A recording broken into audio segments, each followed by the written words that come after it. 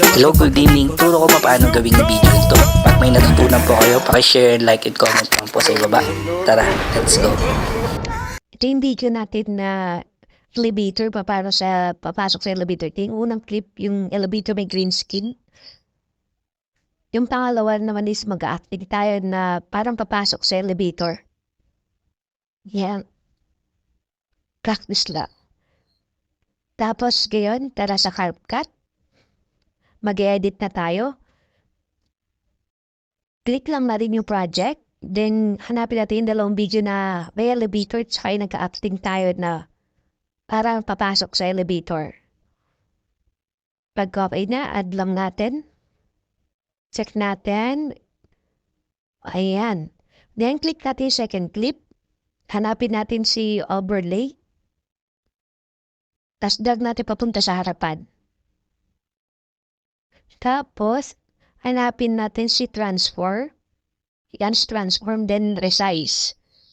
Yan resize lang natin. Kukunin lang natin sa kanya is yung elevator mismo. Yan. Tapos, play lang ulit natin. Kaya pa nakita nyo yung blue na yan, yung line na yan, i-plot lang natin sa screen doon maglapat siya. Tapos, check natin, nakita natin yung green na elevator. Wala pa yung tao. Ayan. Check natin. Wala pa nawalabas yung tao. Ngayon, dito yung sa second clip, hanapin natin ngayon si remove VG. Ayan, si remove VG, then si chroma key. I-click natin yung green mismo na color para lumitaw na tayo. Papansin nyo, ayan, lumitaw na nga tayo. Pero may napapansin pa rin tayong green, adjust natin yan. Hanapin natin si adjust, hanapin na si HSL. Yan sa HSL. Then yung color green, then drag lang natin hanggang mawala yung green na color. Pag copy na siya, play lang uli natin.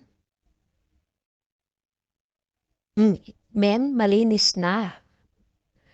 Pag malinis na siya, ikakat na natin yung iba, yung mga hindi natin kailangan, para ready na yan pag-export.